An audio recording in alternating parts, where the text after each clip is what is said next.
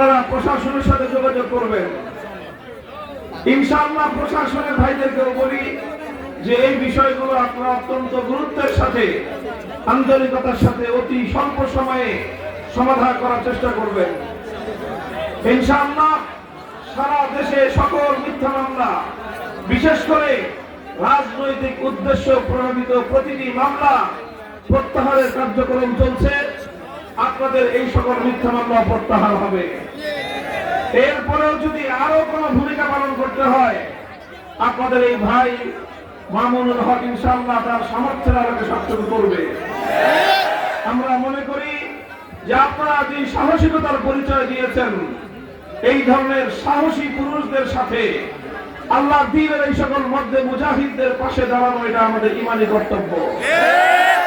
সেই দায়িত্ববোধ থেকে ইনশাআল্লাহ এই সকল বিষয়ে যথাসাধ্য ভূমিকা পালন করার চেষ্টা করবো আমি।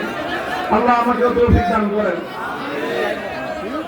যারা শ্রোতা আছেন তাদের সকলের প্রতি আমার একটা অনুরোধ, লক্ষ্য করে শুনুন এদিকে। আপনাদের যার যা করতে হয় করেন, মুখে দ্রুত কথা বলেন না, কোন কথা মুখে বলবেন না। একে অপরকে এই কথা বলবেন না যে চুপ করো, উঠে যাও, পড়তেছো কেন, দাঁড়াইছো কেন, বসছো কেন, এই সব কথা মুখে বলবেন না। সব কথা হাতের ইশারায় বলবেন। সব কথা কিভাবে বলবেন? হাতের ইশারায় বলবেন। এটা হলো একটা কথা। দ্বিতীয় কথা হলো যে যেখানে আছেন সামনের দিকে চাপ দেওয়ার চেষ্টা করেন না, একটু দূরে যান। আমাদের মাঠ আলহামদুলিল্লাহ অনেক প্রশস্ত, দূর থেকেও দেখা যাচ্ছে। ওই যারা পিছনে আছে তারা কিন্তু খুব নির্বিঘ্নে দেখতে পাচ্ছে। কাজে সামনের দিকে এসে ধাক্কাধাক্কি করতে হবে এটা কোনো জরুরি না। এরপরেও যদি কেউ দূর থেকে দেখতে না পারেন, যেখানে আছেন সেখানেই আপনি থাকেন। কোন আওয়াজ যেন না হয়, একেবারে পিন পতন নীরবতা থাকবে ইনশাআল্লাহ। কি বলেন? দ্বিতীয় আরেকটা অনুরোধ হলো, এদিকে সেদিকে কিছু আওয়াজ হতে পারে, কোন একটা হট্টগোল সামান্য একটু কোথাও হতে পারে। আপনাদের বাকিদের কাজ হবে সেদিকে ভ্রুক্ষেপ না করা। আপনারা আমার দিকে, মঞ্চের দিকে তাকিয়ে আছেন, আপনারা এদিকে তাকিয়ে থাকবেন। ডান দিকে বাঁ দিকে মাথা ঘুরাবেন না। কারণ যখন আমরা কথা বলি তখন আপনার মনোযোগ আমার দিকে, আমার মনোযোগ আপনার দিকে। আপনারা যদি সব আরেক দিকে তাকান তাহলে আমরা আমাদের কথার লাইন হারায় ফেলি। কারণ আপনি আরেকজনের দিকে তাকিয়ে কথা বলতেছেন, সে যদি হঠাৎ অন্য আরেক দিকে তাকায়, দেখবেন আপনার মনোযোগ নষ্ট হয়ে যাবে। ঠিক কথা ঠিক কিনা? এই জন্য সকলের প্রতি অনুরোধ থাকবে, লম্বা কোনো কথা বলবো না, আপনারা কথার দিকে মনোযোগ দিবেন। ডানে বামে যাই হোক সেটা দায়িত্ব, সেটা লক্ষ্য করবেন।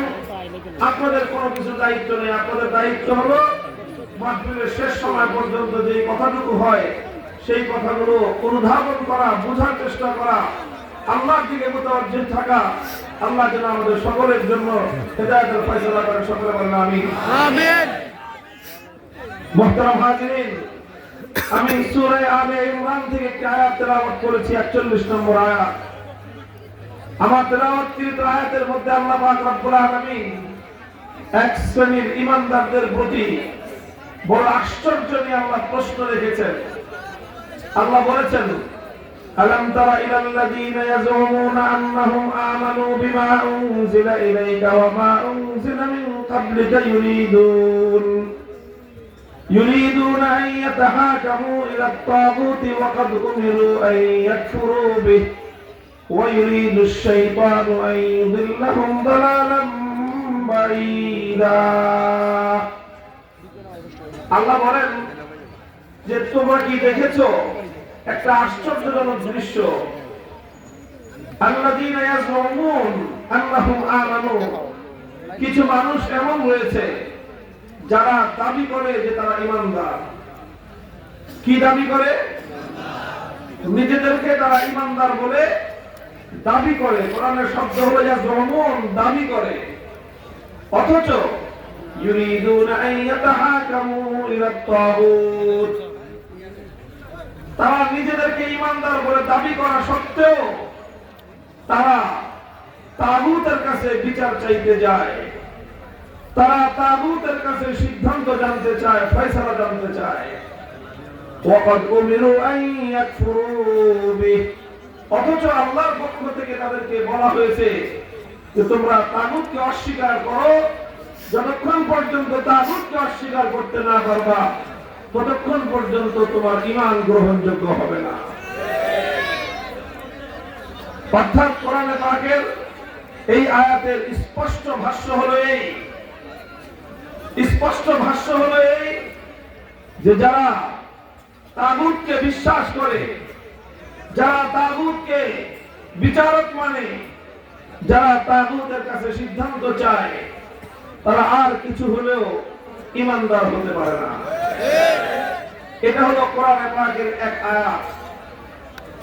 কোরআনে পাকের সূরাতুল বাকারার মধ্যে আল্লাহ পাক আরো পরিষ্কার করে বলেছেন, ফাতাবায়ানার রুশদু মিনাল গাই ফামান ইয়াকফুর বিত-তাগুতি ওয়া ইউমিন বিল্লাহ ফাকাদ ইসতামসাকা বিল উরওয়াতিল উসকা। আল্লাহ বলেন কোনটা হেদায়েতের পথ, কোনটা গুমরাহির পথ দিবালোকের ন্যায় পরিষ্কার, কোনটা সঠিক পথ কোনটা ভুল পথ দিবালোকের ন্যায় স্পষ্ট। ফামান ইয়াকফুর বিত-তাগুতি ওয়া ইউমিন বিল্লাহ, যে ব্যক্তি তাগুতকে অস্বীকার করে